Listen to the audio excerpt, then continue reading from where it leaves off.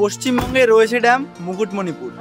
পশ্চিমবঙ্গে রয়েছে ড্যাম মুকুটমণিপুর, যাব আমরা সবাই মিলে, করতে এসেছি ট্যুর।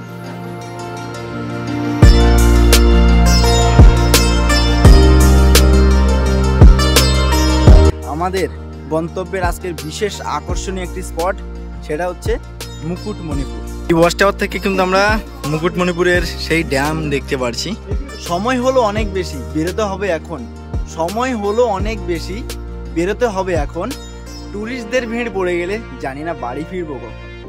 ভিডিও টাইটেল থেকে বুঝতেই পেরেছো আজকের আমাদের এই পর্ব কি নিয়ে।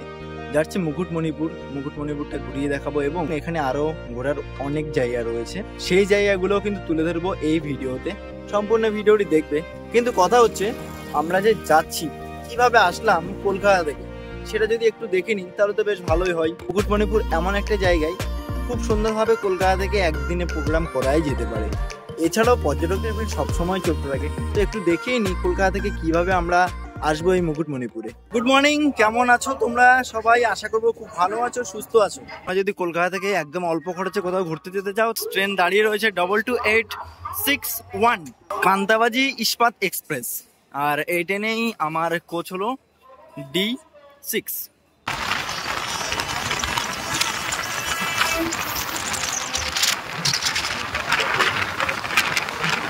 হাওড়া থেকে 214 কিলোমিটার যাত্রা সম্পূর্ণ করলাম এবং আমরা এসে পৌঁছে গেছি আমাদের ডেস্টিনেশন ঘাটশিলা। এখানে এই ট্রেনের 2 মিনিটে হল্ট। ট্রেন নির্ধারিত সময় থেকে প্রায় 10 মিনিট কম 1 ঘন্টা লেটে চলছে। ট্রেন বেরিয়ে যাচ্ছে ট্রেনের গন্তব্যে, আর আমরাও পৌঁছে গেছি আমাদের গন্তব্যে। আর ঘাটশিলা সম্পর্কে যদি কিছু বলতে হয়, ঘাটশিলা হলো আমাদের ভারতের ঝাড়খণ্ড রাজ্যের পূর্ব সিংভূমি জেলার একটি শহর। মুকুটমণিপুরটাও অনেকবার নাম শুনেছি, তবে মুকুটমণিপুরও কভার করা হয়নি। স্টেশন থেকে যখন আমরা বাইরে বেরোলাম, এখানে কিন্তু রয়েছে অনেক অটো, ঠিক আছে? তোমরা যদি এখানে সাইট সিইং করতে চাও, অটোর সাথেও কথাবার্তা বলতে পারো। এখানে কিন্তু লেখাও রয়েছে। তোমাদেরকে অটো দেখিয়ে দিয়েছি, অটো করে চাইলে তোমরা ঘুরতে পারো। তবে আমরা ঘুরবো এই যে এই বোলেরো করে, ঠিক আছে? এই বোলেরো করেই কিন্তু আমাদের এই ট্যুর থাকবে। হাওড়া থেকে কিংবা কলকাতা থেকে মুকুটমণিপুর দুভাবে যাওয়া যায়। একটা ঘাটশিলা হয়ে, অপরটি হচ্ছে বাঁকুড়া হয়ে। ঘাটশিলা হয়ে যদি আপনারা যান, এক্ষেত্রে আপনাদেরকে গাড়ি রিজার্ভ করতে হবে। ঘাটশিলা থেকে যদি আপনারা গাড়ি রিজার্ভ করেন, একদিনে খুব সুন্দরভাবে সমস্ত জায়গাগুলো আপনাকে ঘুরিয়ে দেখাবে। গাড়ি ভাড়া কত কি পড়ছে সমস্ত ডিটেলস আমি দিয়ে রাখবো, দেখে নেবেন। এছাড়া আপনারা যদি বাঁকুড়া হয়ে আসেন, এক্ষেত্রে বাঁকুড়া থেকে মুকুটমণিপুর আসার জন্য গাড়ি ভাড়া পড়বে 1000 টাকা। তবে আপনি যদি রিজার্ভ নিতে চান, এক্ষেত্রে ভাড়া কিছুটা অন্যরকম হবে।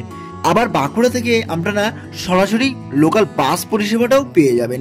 যাই হোক, এভাবে কিন্তু খুব সুন্দরভাবে আপনারা মুকুটমণিপুর চলে আসতে পারেন। সমস্ত ডিটেলসগুলো নিচের ডেসক্রিপশন বক্সে চেক করে নেবেন।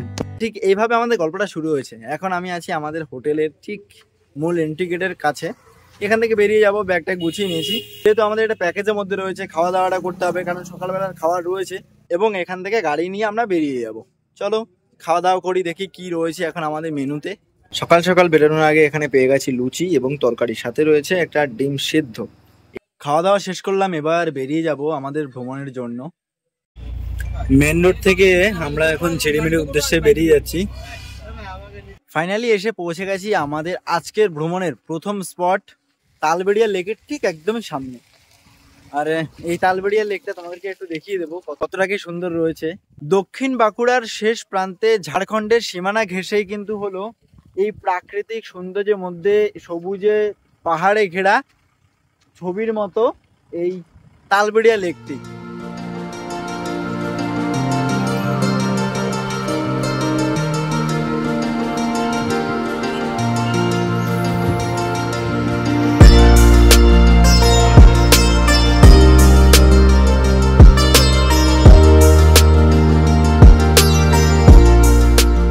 হচ্ছে সেই তালবেড়িয়া ড্যাম।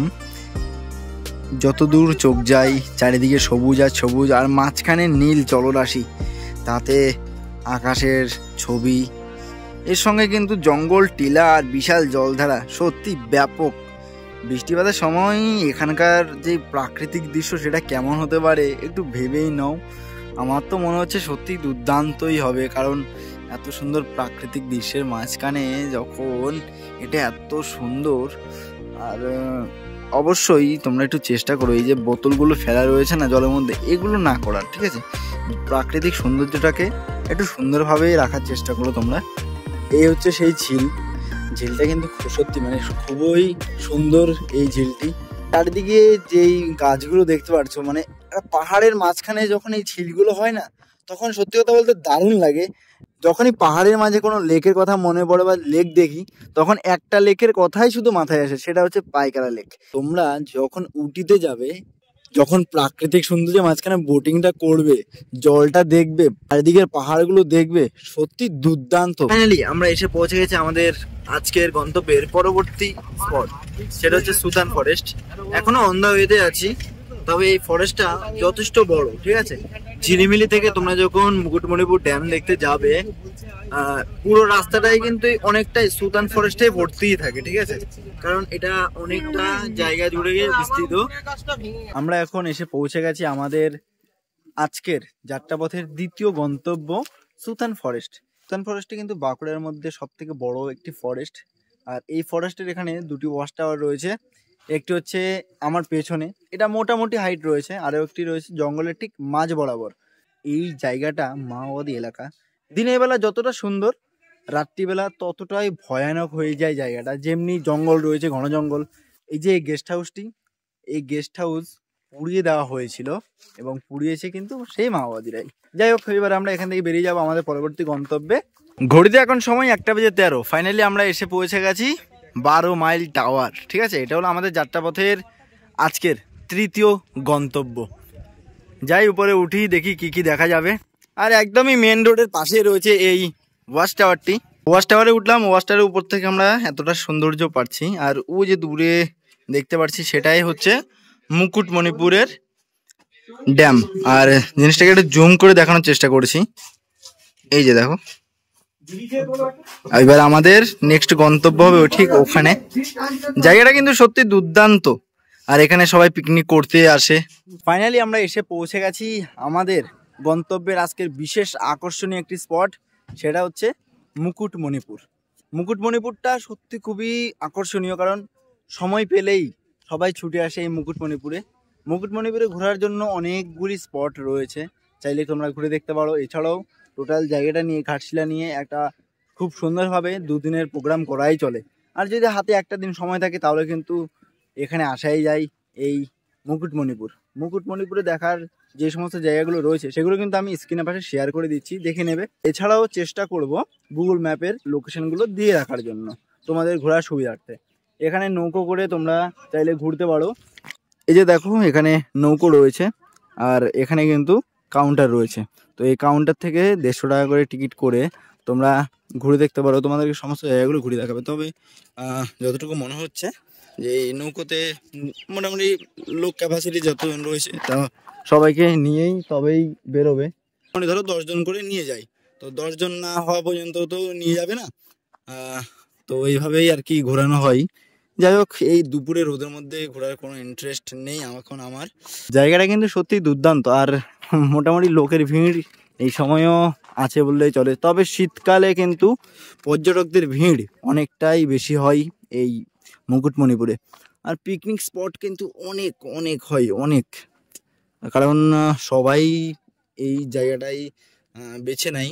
যেমনি সুন্দর এই লেকটা রয়েছে, লেক বলতে এটা হচ্ছে সেই কংসাবতী নদীর ড্যাম। কংসাবতী নদীর তীরেই এই মুকুটমণিপুর।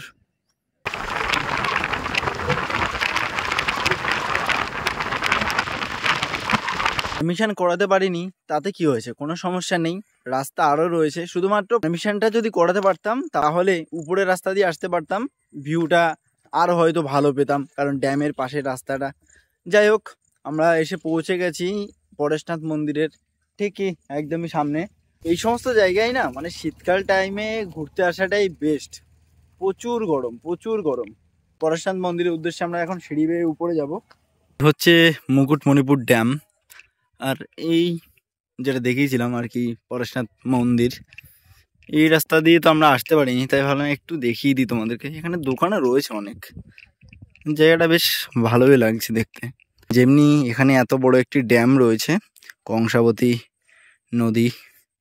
এই হচ্ছে মূল মন্দিরে যাওয়ার প্রবেশ পথ।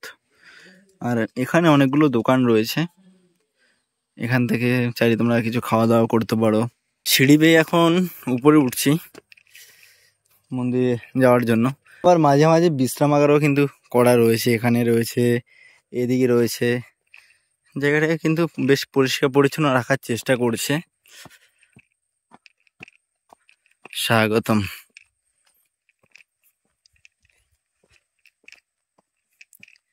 এই বর্তমান মুহূর্তে এখানে ভিড় ততটাও থাকবে না। এই হচ্ছে পরেশনাথ মন্দির, মহাদেবের মন্দির। এদিকে যেতে হলে পারমিশন লাগবে না। নদী দেখতে পাচ্ছি, এটা হচ্ছে কুমারী নদী। আর কুমারী নদী এবং কংসাবতী নদীর মিলনস্থল হলো সামনে। আর এখান থেকে বাইরের ভিউটা জাস্ট অসাধারণ লাগছে। দুপুরের খাবার চলে এসেছে। এখানে আমরা পেয়ে গেছি চিংড়ি মাছ দিয়ে একটা মিক্সড তরকারি, এখানে ডিমের কুচি রয়েছে, ডাল রয়েছে, ভাত রয়েছে, এগুলো খাওয়া দাওয়া করছি। মুকুটমণিপুর ভ্রমণ শেষ করে আসলাম, কিছুক্ষণ রেস্ট করলাম, আবার আরেকটা জায়গায় যেতে হবে। ঠিক আছে, একটু তাড়াতাড়ি চলে এসেছি, ড্রেসটা একটু চেঞ্জ করে নিয়েছি। তো যাই হোক, কেমন লেগেছে আপনাদের এই ভিডিওটি যদি ভালো লাগে থাকে লাইক কমেন্ট শেয়ার এবং চ্যানেলটাকে সাবস্ক্রাইব করে রাখবেন। দেখা হবে নতুন কোনো পর্বে নতুন কোনো ভিডিওতে। ভালো থাকবেন, সুস্থ থাকবেন, নিজের খেয়াল রাখবেন। জয় হিন্দ।